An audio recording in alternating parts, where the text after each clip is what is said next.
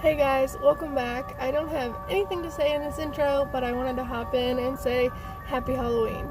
I hope you like the pumpkin. Don't forget to like and subscribe. So with this pumpkin, we're going to be sculpting, and we're not going to be cutting things out the way that you cut out the top of the pumpkin. We're actually going to be removing the outer skin and then just sculpting into the pumpkin. To make these first cuts, I'm going in at an angle and then going in again at an angle so that the two cuts meet together and I can just pull off a very shallow cut of the skin. So I'm just going to do that technique to get the shape of the mouth, and then I'm going to go in with the knife at a sideways kind of angle and basically just peel the pumpkin. At first, I thought I was going to do one tooth at a time, but then I decided it would be quicker if I just peeled off the skin on the entire mouth and then went back in to sculpt the teeth.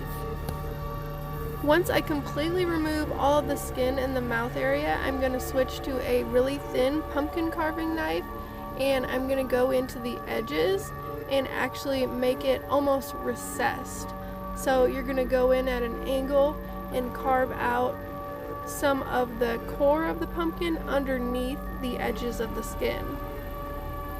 This just gives it a more finished look in general, and also the vibe I'm doing with this pumpkin is that it is a monster wearing a pumpkin as a mask, so having it recessed helps give that effect. Now I'm just taking that same thin pumpkin carving knife and I'm outlining the shapes of the teeth. You can do pointed teeth or bigger teeth, however you want, but for this style, I kind of want him to be a goofy looking monster, so I'm giving him almost human looking teeth. I go back and forth between using that thin pumpkin carving knife and this X-Acto blade. The other things I use are a regular pumpkin carving knife to cut the lid off with like a serrated edge spoon to empty the pumpkin, and then that little handheld knife that I'm not sure if it's like a type of X-Acto or just a razor blade, but I had used that to cut the skin off. So those are the 4 or 5 tools that I used. This part here is probably the most important part, and that is designing the layout of where the teeth are going to be. I would say if there's any part to kind of take your time on, it would be this part here. I wanted a lot of gum showing in the front, but I wish toward the edge on the top I would have had a little bit less. I also wish I would have had some of the teeth a little bit further back and even overlapping each other, just to give it a little bit more of like a crooked teeth kind of vibe. But it did turn out good. I just think this part of planning how the teeth are going to look is very important, because it's pretty hard to change. You know, once you cut something, you can't put it back. So just take your time on this part. If you've never done this style of pumpkin carving before, I would suggest doing the most simple way of carving the teeth, and that is just deepening up the lines around each tooth. If you can imagine, if you draw a set of teeth on a piece of paper, everywhere that your pencil lines are around the teeth is where you're going to deepen into the pumpkin.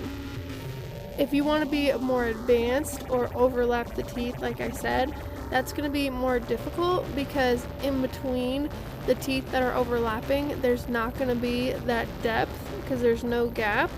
So you'll have to skip carving that line and just carve to the depth of where the tooth is going to be.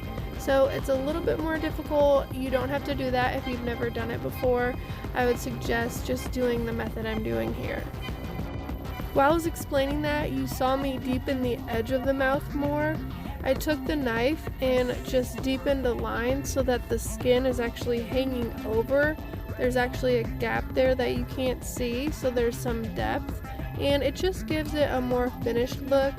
And if you're going for the vibe of the fact that this pumpkin is a mask that someone is wearing underneath it, this is how you get that look. Now I'm just continuing to go in and deepen things up. You even can kind of carve the bottom of the teeth and the back where it ends. That's a little bit more difficult to do. Some parts, like in the very front of the mouth, I actually carved all the way through just so that there was a little bit of a gap, but I kept most of it pretty solid. I didn't carve all the teeth into the bottom row.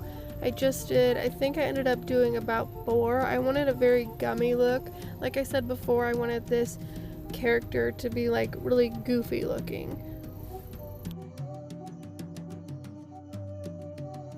After you have all of the shapes of the teeth, you're just going to want to dig out around the teeth, and then you can cut the sides of them so that they're rounded. I'm going to come back and finish doing that later, but now I'm going to start on the eyes.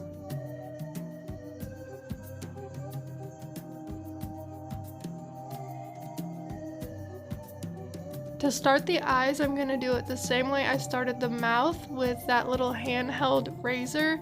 I'm going to make that V cut, and you just want to do it really shallow because all you're trying to do is cut off that outer layer of skin.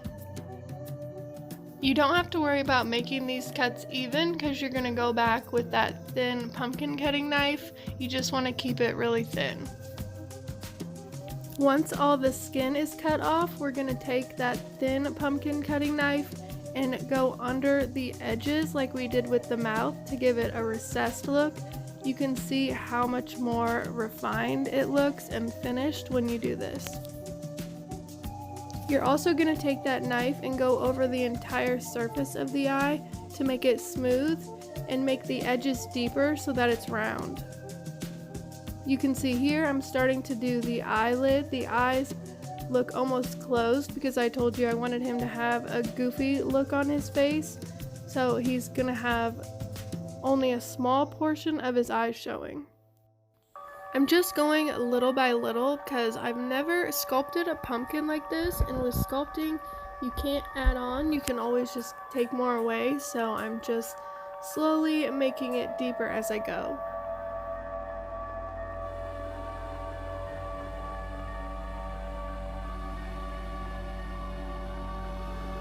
I went ahead and added a wrinkle on the eyelid there, and now I'm just carving in the pupil. You want this to be like a sphere, so you're going to try and make the edges a little bit deeper than the center. It doesn't have to be perfect, but the little details do matter. If you don't look at the actual face, you can see the design is really just 2 circle eyes and a smile. So it's a really basic smile design, and it's supposed to look like there's a monster inside of the pumpkin wearing this as a mask. So we're not going to add a nose. Now that we've added the second pupil, basically the face is done. We're just going to go back and deepen some of the areas and add some little details. Even though the main construction of the face is done, it's going to look a lot better once we add all those little details and just really add some depth to the edges of everything.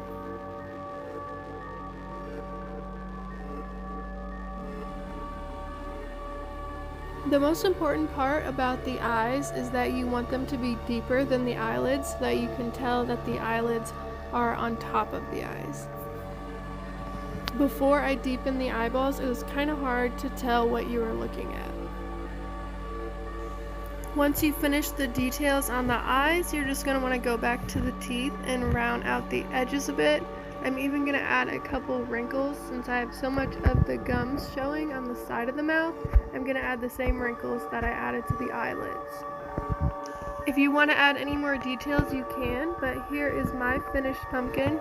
I had a lot of fun doing this. I actually won second place in a pumpkin carving contest with it, and I'm pretty proud of that since my first time really carving a pumpkin. So I hope you guys like it, and thanks for watching.